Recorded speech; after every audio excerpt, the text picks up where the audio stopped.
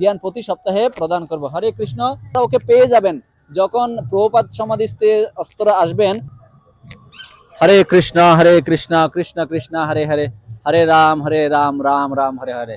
জয় ছিল প্রভুপাদ কি। আসলে মানে মায়াপুরের দিকে ঘুরছিলাম, যে আমরা পরিক্রমা করছিলাম, আমি আমার সাথে আরেকজন ভক্ত ছিল। হঠাৎ করে একজন ভক্তকে দেখে, আমাদের এই যে ভক্ত, যে ওনাকে দেখছি কিছু বুক ডিস্ট্রিবিউশন করছিল একবার। তো সাথে ছিল কিছু ছবি, মানে ভগবানের বিভিন্ন ছবি ছিল। তেমন অবস্থায় আমি জিজ্ঞাসা করছি এই ছবির দাম কত। তা আমার পছন্দ হয়েছিল একটা দামোদর ছবি। তো দামোদর ছবি পছন্দ হয়েছিল। তো আমি তাকে বলেছি, তো তো এই ছবির দাম কত। তখন বললো এই ছবি আপনি যা দেন, আমার কোনো আপত্তি নেই, আপনি যা দেন। তেমন অবস্থায় আমি বলছি আমি তো সব ছবি ওনার সাথে কেউ যদি আমাকে দেয় নেব। তো আমি বলছিলাম যে এই ছবিটা কিনতে কত টাকা পড়ে। তো বলছে একটা ন্যূনতম একটা টাকা পড়ে। তো ওই টাকাটা দিয়ে যে যা যতটুকু ডোনেশন দেয়, সে সেই ডোনেশন দিয়ে কি করে এবং কেন সে বুক ডিস্ট্রিবিউশন করে বা ছবি প্রচার করে, মানে আলোক্যগুলি প্রচার করে, বা মায়াপুরে যারা দর্শনার্থী আছে তাদের কাছে কেন প্রচার করে, এটা হচ্ছে আমরা যেখানে দাঁড়িয়ে আছি বর্তমান নতুন মন্দিরের সম্মুখে এবং শিল প্রভুপাদের পুষ্প সমাধির পাশে। তো আমি আজকে ওনার কাছে জিজ্ঞেস করব, এই যে দেখেন এই ভক্তটা, ভক্তটা শুদ্ধ ভক্ত, ওনার কাছে জিজ্ঞেস করবো ওনার নাম কি, বা উনি এই যে এই গ্রন্থ কেন প্রচার করেন এবং প্রচার করে উনি যে মূল্য পায় উনি কি করেন। হরে কৃষ্ণ প্রভু। আপনার নাম কি প্রভু? পূরব বিশ্বাস। পূরব বিশ্বাস, ওনার নাম হচ্ছে পূরব বিশ্বাস। তো পূরব বিশ্বাস, আমি আপনাকে জানতে চাইবো যে আপনি, আপনার কাছে অনেকগুলি ছবি দেখেছিলাম, সেই ছবি দিয়েছিলেন, এমনকি এরকম অনেক ভক্ত ও আমাকে বলছিল যে অনেক ভক্ত যদি এরকম দিতে না পারে, টাকা দিতে না পারে, এমনিতেই ছবিগুলি নিয়ে যায়। তো ও ও যে এভাবে উদার মন ভগবানের ছবি এগুলি প্রচার করে। তো আমার প্রশ্ন হচ্ছে আপনার, যে আপনি বুক ডিস্ট্রিবিউশন করে এই যে ছবি বিক্রি করে যে টাকাটা আপনি পান, যে কি করেন এই টাকাটা দিয়ে আপনি কি করেন? এর কেনার দামটা আমি রেখে আর কিছু টাকা আপনি কি আমার বাবা মাকে সাহায্য করেন, এরকম মানে সহযোগিতা করেন, যে পরিবারের সহযোগিতা হিসেবে কিছু টাকা কি করেন, মানে পরিবারকে দিতে হয়। তো আচ্ছা, এই যে ডোনেশন বক্সে দেন বা এখানে সেবা করতেছেন, তাহলে এটা করে আপনি কি আনন্দ পান? এটা প্রভুপাদ বলে গিয়েছেন তার প্রচার করার জন্য, সেই আনন্দটাই পাই। ওকে। তো ও বলছে যে প্রভুপাদ বলে গেছে যে আমাকে, যে মানে প্রভুপাদ বলে গেছে যদি কেউ প্রচার করে তাহলে সে ভক্তরা আনন্দ পায়।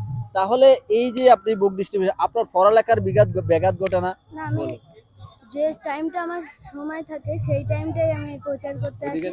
সেই সময়টা আমি খেলা করি না, এই প্রচারে আমি সময়টা দিই। তো কয়টায় থেকে কয়টা আপনি পড়ালেখা করেন? আমি সকাল 6টা থেকে 9:30 পর্যন্ত আমার টিউশন, তারপরে স্কুল থেকে 6টায় এখানে আসি। 6টা থেকে 1 ঘন্টা 7টা পর্যন্ত প্রচার করে বাড়ি গিয়ে আবার বই নিয়ে বসতে হয় 8টা থেকে 9:30 10টা পর্যন্ত। তার মানে 5টা থেকে 6টা 7টা পর্যন্ত 2 ঘন্টা এই প্রচার কাজে। আমি শুনেছি কিছু কিছু অর্থ পরিবারকেও দিতে হয়, সাহায্য করতে হয়। যেহেতু আপনার বাবার কথা বলছিলেন, সেই বাবা এখনো চাকরি পায় নাই, বলুন আপনার বাবা এবং পরিবার, মা কি করেন?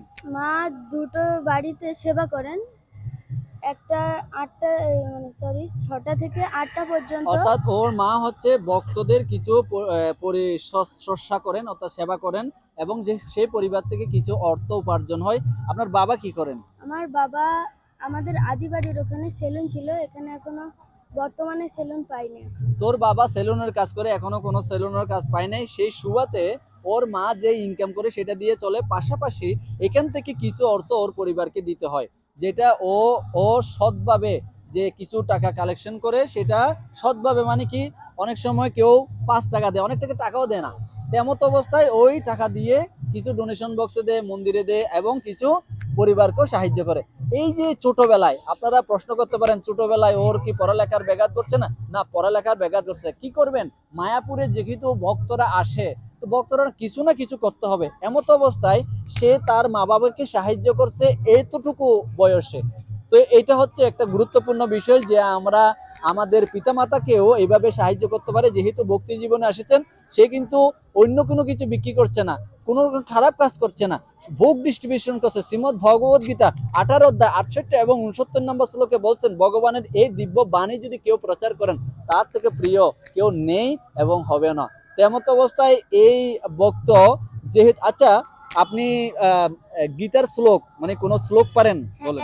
ক্ষেত্র কুরুক্ষেত্র সম বেদযুজ সভা মামকা পাণ্ডব শৈব কিঙ্কুর্বত্য সঞ্জয়।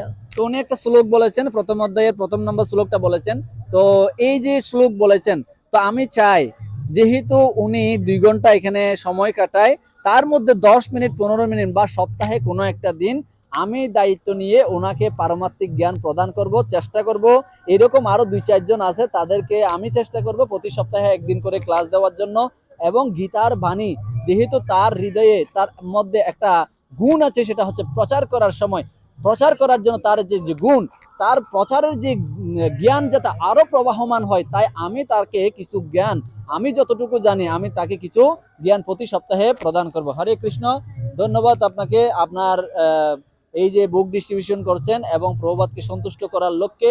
হরে কৃষ্ণ। ধন্যবাদ সকলকে। এই ভিডিও এবং আপনারা ওকে পেয়ে যাবেন যখন প্রভুপাদ সমাধিস্থে অস্তরা আসবেন। এখানে আমাদের আরো আমাদের যে ভিডিও করতেছে উনিও এই বুক ডিস্ট্রিবিউশনে যুক্ত, একদিন ওনাকে নিয়ে আমরা একটা ভিডিও করব।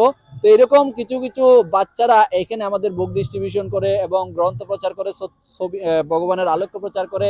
তো এরা হচ্ছে আসলে বৈকুণ্ঠ শিশু হচ্ছে জন্ম থেকে তারা হচ্ছে ভক্তি জীবন অনুশীলন করছেন। সেই ভক্তি জীবন অনুশীলন যাতে ধারাবাহিকভাবে বজায় রাখতে পারে, সেই সাথে পিতামাতাকেও যাতে ভেবে সাহায্য করতে পারে, আপনারা আসলে তাদেরকে দর্শন করবেন, তাদেরকে সহযোগিতা করবেন, একটা বই নিয়ে হলেও সাহায্য করবেন। তো এমত অবস্থায় আপনাদের আমাদের এই ভিডিওটা যারা দেখছেন, শেয়ার এবং সাবস্ক্রাইব করুন। হরে কৃষ্ণ।